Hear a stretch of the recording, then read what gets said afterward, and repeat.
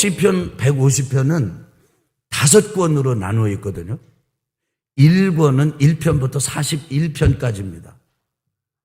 내가 다음에도 또 강조 또 한 번 얘기할 거예요. 자, 시편은 전체가 몇 편이고요? 150. 옆에 사람의 150편, 그러니까 동달아 가면 안 돼요. 시골 장은 동달아 가도 돼. 근데 신앙생활은 동달아서 하는 게 아니에요. 그런데 시편 150편을 몇 권으로 나눴다고요? 5권으로 나눴다고요. 그래서 1권, 2권, 3권, 4권, 5권 이렇게 돼 있어요. 그런데 1권이 1편부터 몇 편까지라고요? 41편까지예요. 근데 20번 하루 조금씩 나눠서 읽어서 진도가 안 나가는 것 같은데 20번 나눠서 읽다 보니까 벌써 10편에 왔어요. 오늘 말씀이 시편 1편이에요. 1편. 이 시편 10편, 이 10번째 시인 시편을 읽다 보면요, 한 남자가 보여요. 그런데 이 남자는 지금 굉장한 스트레스를 받고 있습니다. 굉장한 압박감을 느끼고 있어요. 그리고 어떻게 보면 좀 혼돈을 겪고 있기도 해요.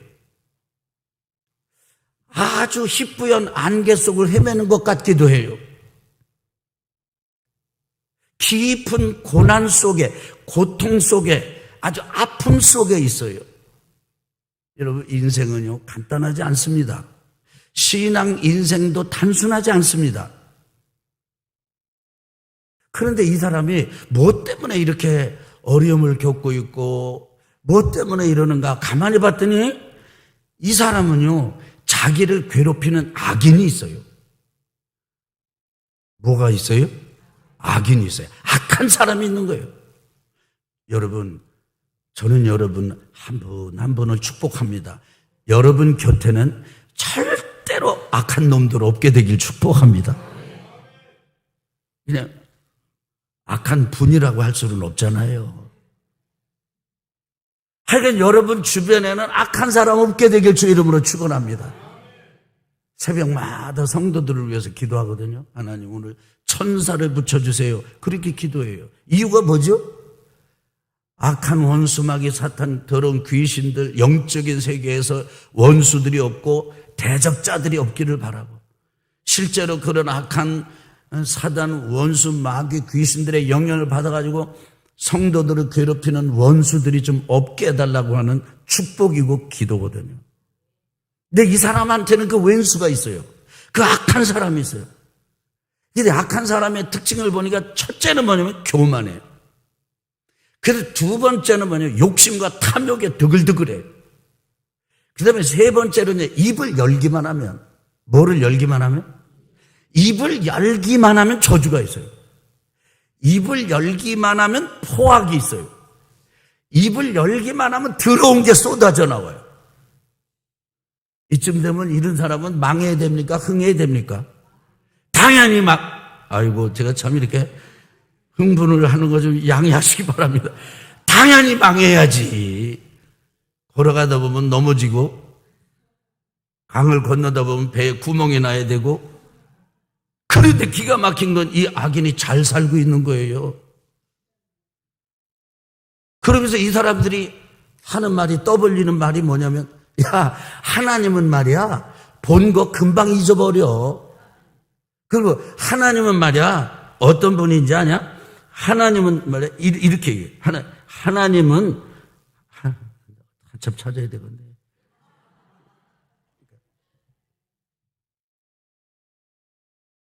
하나님은 본 것도 깜빡 잊어버리고 아예 세상을 향해서는 눈을 가리셨어. 안 봐. 상관하지 않아.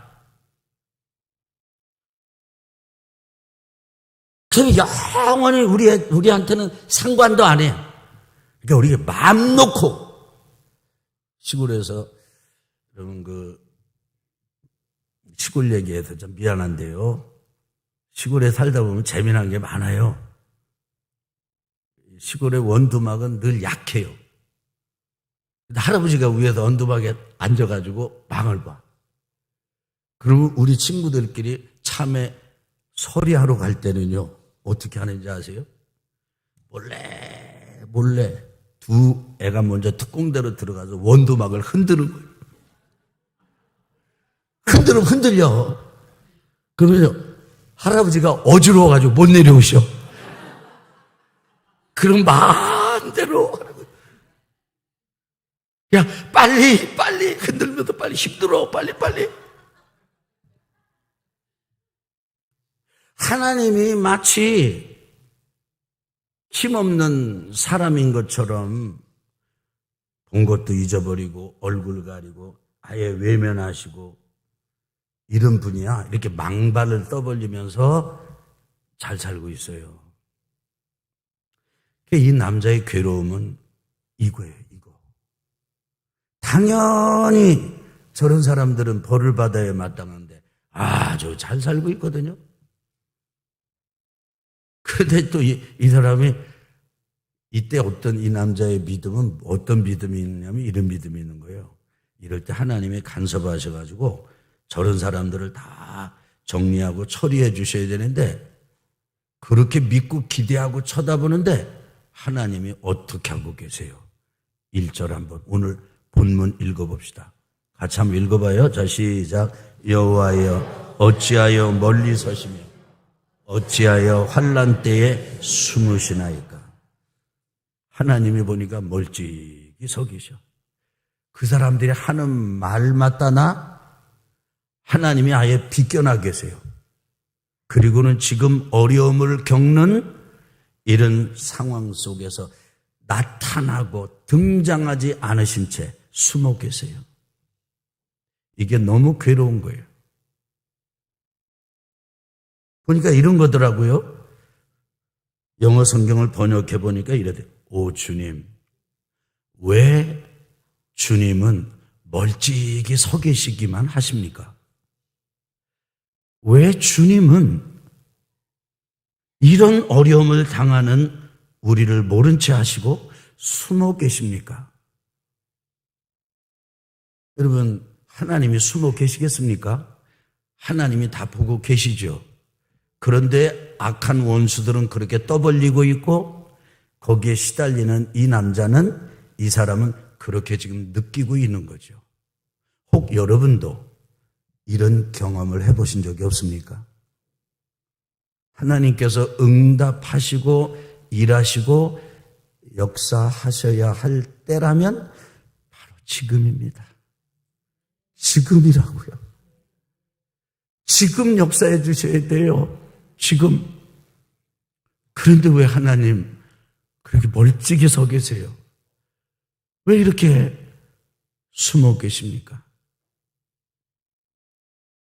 그런데 이런 때 이 남자는요, 이런 기도를, 이런 탄식을 드리면서 인생이, 삶이 망가진 게 아니고 오히려 영적으로 성장을 했다는 게 놀랍습니다.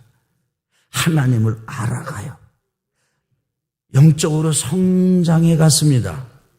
저는 이 점에 여러분과 함께 주목하면서 은혜를 나누고자 합니다. 도대체 이런 속에서 이 사람, 이 남자는 어떻게 이 성장할 수 있었을까? 영적으로 성장할 수 있었을까?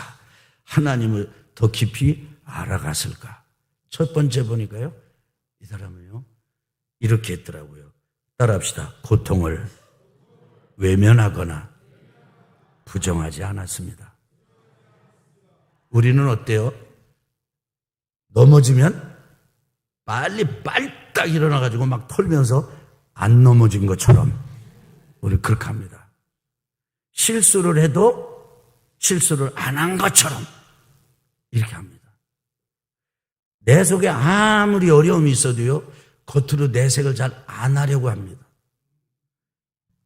내 안에 이런 아주 신앙적인 고민과 갈등이 있어도요, 그걸 그렇게, 그렇다고 이게 떠벌릴 수도 없잖아요, 어디다가. 이게 해결이 안 난다. 그래서 아예 그냥 내 안에 내가 경험하는 아픔과 고통과 이런 거를요, 그냥 외면하고 없는 것처럼 부정해요. 그런데 이 사람은 부정하지 않았어요. 여러분 참조로 한번 읽어보실랍니까? 시편을 어떻게 하는지. 우리 시편 1절부터 우리 6절까지만 한번 읽어봅시다. 시작. 여호와여 어찌하여 멀리 서시며 어찌하여 환난 때에 숨으시나이까. 악한 자가 교만하여 가련한 자를 심히 압박하오니 그들이 자기가 베푼 꾀에 빠지게 하소서. 악인은 그의 마음에 욕심을 자랑하며 탐욕을 부리는 자는 여호와를 배반하여 멸시하나이다. 악인은 그의 교만한 얼굴로 말하기를 여호와께서 이를 감찰하지 아니하신다 하며 그의 모든 사상에 하나님이 없다 하나이다. 그의 길은 언제든지 견고하고 주의 심판은 높아서 그에게 미치지 못하오니 그는 그의 모든 대적들을 멸시하며 그의 마음에 이르기를 나는 흔들리지 아니하며 대대로 환난을 당하지 아니하리라 하나이다. 그까지만 한번 해보겠습니다. 그러니까 이 사람은요, 고통이나 아픔이 없다 이렇게 하는 게 아니고 그냥 있는 걸 그대로 다 하나님 앞에 털어놔요. 그래서 이런 어려움을 당할 때 성장하는 사람의 두 번째 특징은 뭐냐면 이것입니다. 따라합시다. 하나님께 낱낱이 아뢰습니다. 전통적인 기도가 아닙니다. 아주 그 감정, 날 것 그대로 다 털어놓습니다. 미사 여구가 있지도 않습니다. 함께 있는 사람들, 내가 이 기도 드릴 때 이 기도 드리는 거 보고 다른 사람이 어떻게 느낄까? 그 사람들한테 서비스하는 마음으로 하는 기도도 아닙니다. 그냥 지금 경험하는 이거를 그냥 그대로 다 털어놔요. 그래서 세 번째가 뭐냐면 이런 거예요. 따라합시다. 느끼는 감정을 있는 그대로 쏟아 놓았습니다. 그렇게 하잖아요. 오 주님, 왜 멀찍이 서 있습니까? 왜 이 어려운 시절에 당신은 나타나지 않습니까? 이런 말 쉽게 하는 게 아니거든요. 근데 내가 지금 그 버림받은 하나님 앞에 소외된 아주 외로운 심정을, 그 감정을 있는 대로 하나님 앞에 내놓는 거예요. 여러분 이렇게 하실 수 있겠어요? 여러분 그렇게 하실 수 있겠어요? 하나님 앞에 나와가지고 여호와 나의 아버지 하나님, 전능하신 아버지 하나님, 굽어 살펴주시옵소서, 긍휼히 여겨주옵소서, 이렇게는 우리가 하는데 하나님 왜 그러세요? 저 지금 죽게 생겼잖아요. 너무 힘들어요. 너무 아픕니다. 왜 지금 멀찍이 서 계세요? 그리고 왜 지금 안 나타나세요? 이런 기도를 드리려고 그러면 어딘지 모르게 내가 이게 지금 예의가 없는 것 같고 범절을 잃어버린 것 같고 되바라진 것 같고 이렇게 해서는 안 될 것 같아서 다른 느낌이나 감정 이런 건 다 꾹꾹 눌러놓고 국숫가락 뽑아내듯이 그중에서 괜찮은 것만 질서 있게 표현하고 그렇게 하나님께 기도하고 있지는 않습니까? 근데 이 남자는요, 시편 10편을 읽어보면요, 헷갈려요. 누구 얘기를 하는 건지도 헷갈려요. 그런데 중요한 건 자기의 아픔을 외면하거나 부정하지 않고 낱낱이 반복해서 하나님 앞에 자기의 감정까지도 다 쏟아놓고 있어요. 여러분, 이러면 살아요. 이러면 고통 속에서 살아납니다. 이러면 살아요. 제가 오늘 여러분에게 드리려고 전하려고 하는 말씀은 이거예요. 이런 감정이 없이는 시편은 절대 이해할 수가 없습니다. 저는요, 말씀의 이해를 위해서 제 삶의 조각을 조금만 좀 말씀을 드리겠습니다. 어렸을 때 감성이 풍부했습니다. 여러분 동의하실지는 모르겠어요. 제가 어릴 때 얼마나 감정이 풍성했는지 몰라요. 제가 늘 고백하듯이 여러분에게 몇 차례 말씀드린 적이 있습니다. 손님들이 오셔가지고 며칠씩 묵다가 가면은요, 저는 인사를 못했어요. 대문 밖을 나서서 가시면 저는 같이 따라가 인사를 할 수가 없어.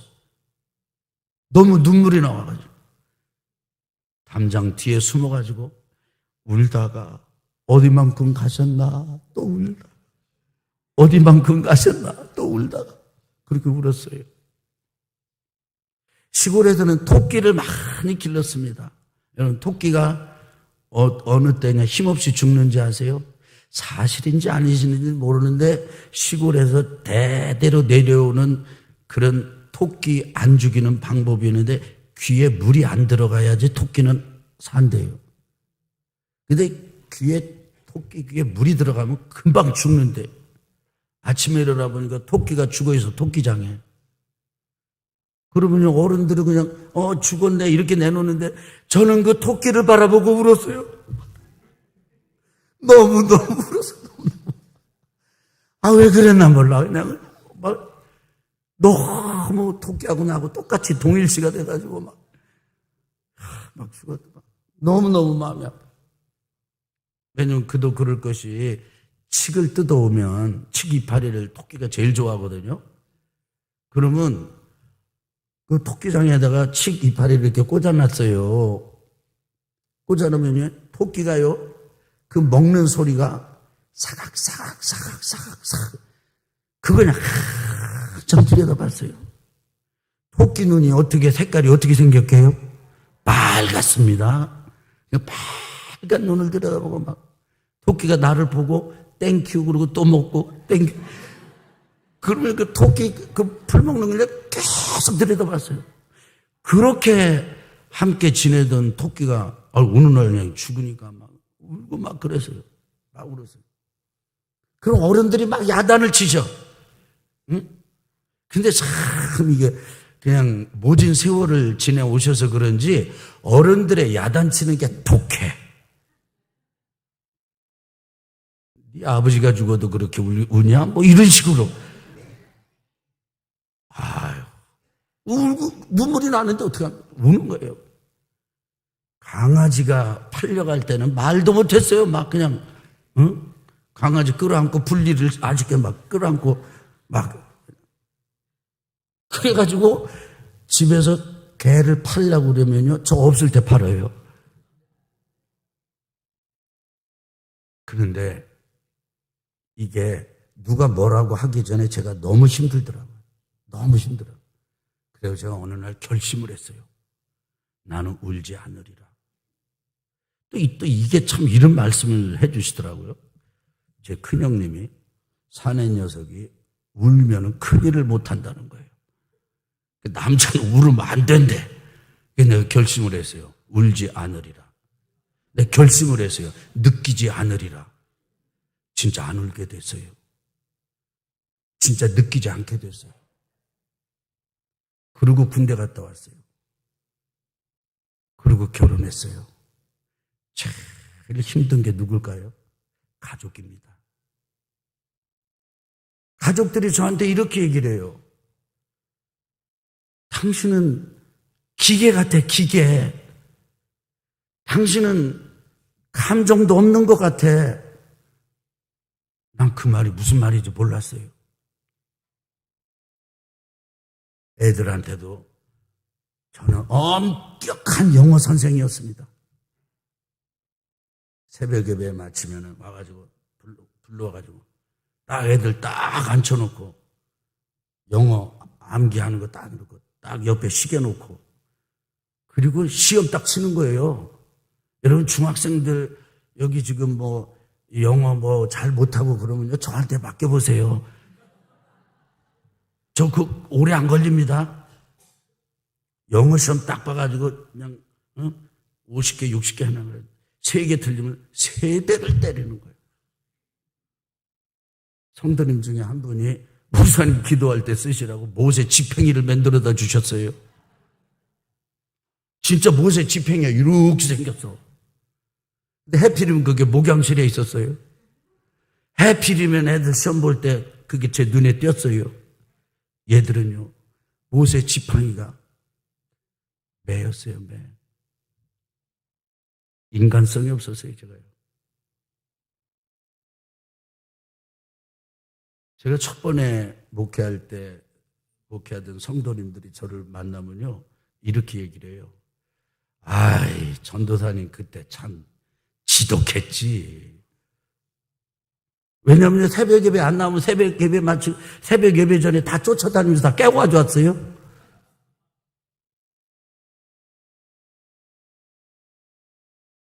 성도님 가정에 대추술 담궈가지고 잔치할 때 대추술 내놓은데 날벼락이 났어요.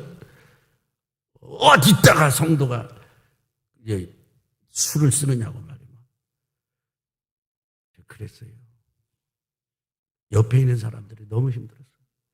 근데 제가 위기를 겪었어요. 첫째, 건강의 위기를 겪었어요. 두 번째, 살면서, 사역하면서 일이 깨지고 저리 깨지고 깨졌어요. 그리고 저 하나님의 말씀을 묵상하게 됐어요. 하나님을 아버지로 경험하게 됐어요. 보니까 하나님 아버지는요, 나를 그냥 있는 대로 받아주시는 분이시다. 참 많이 울었어요. 그냥 눈물이 그렇게 많이 날 수가 없었어요. 그러면서 제가요, 감성이 조금씩 살아나기 시작했어요. 그래가지고 요 정도 됐습니다. 지금은요, 애들한테 모세 지팡이 들고 뭐 시험 보는 거 안 합니다. 하라고 그래도 저 안 할 거예요. 그리고 아내를 향해서도 그저 많이 이렇게 한 번은 제가 세미나를 갔다 왔는데, 여러분 세미나가, 목회자가 세미나 가면은 여러분 그 심정을 이해하실려나 모르겠네요. 교회 부흥을 위해서 세미나 갔다 오는 거잖아요. 어떻게 하면 교회 부흥시킬 수 있을까? 갔다 오면 제가 첫 번째 제 아내에게 묻는 질문이 뭔지 아십니까? 새벽 예배 참석했어? 근데 제 아내는 사람이 또 융통성이 없어요. 새벽 예배 참석 안 해서도 그냥 했다 그러면 되잖아? 근데 월요일은 갔고요, 화요일은 못 갔고요, 수요일 이렇게 얘기해요. 그러면요, 간날에 대한 격려가 내겐 없었어요. 하면서 우리가 지금 어느 시대를 살고 있는데 사모가 말이야 새벽 예배를 빠지고 그래요. 난리를 쳤어요. 저는 인간이 아니었어요. 기계였습니다.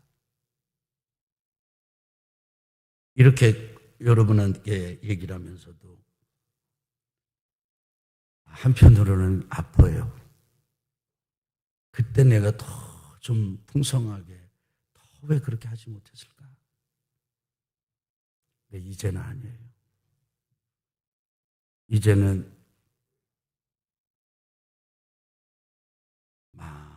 많이 눈물이 많아지고, 여러분 봐도 다 이뻐 보여요.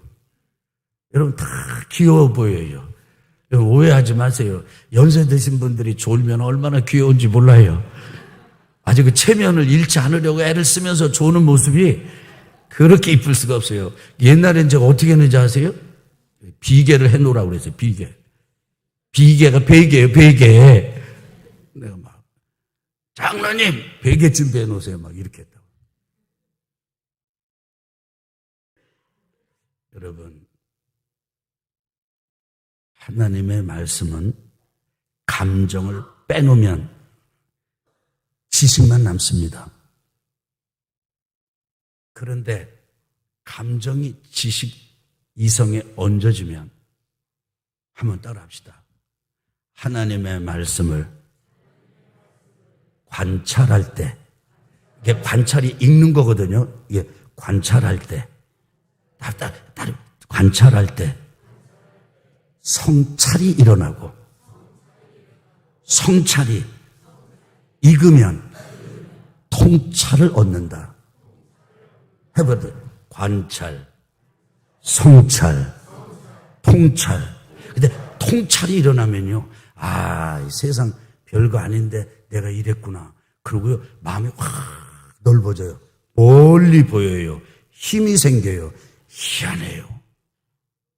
이 은혜가 여러분에게 있기를 주의 이름으로 축원합니다. 혹시 여러분 속에 왜 주님 멀리 서 계세요? 왜 주님 나타나지 않고 이렇게 숨어 계세요? 이를 인생의 계절을 지내고 계시다면 여러분 부정하지 말고 낱낱이 느끼는 그 감정 그대로 하나님께 말씀드려 보세요. 하나님은 반드시 여러분을 안아주실 것입니다. 받아주실 거예요. 품고 인도하실 것입니다. 여러분에게 통찰이 일어날 것이에요. 승리하시길 주 이름으로 축원합니다.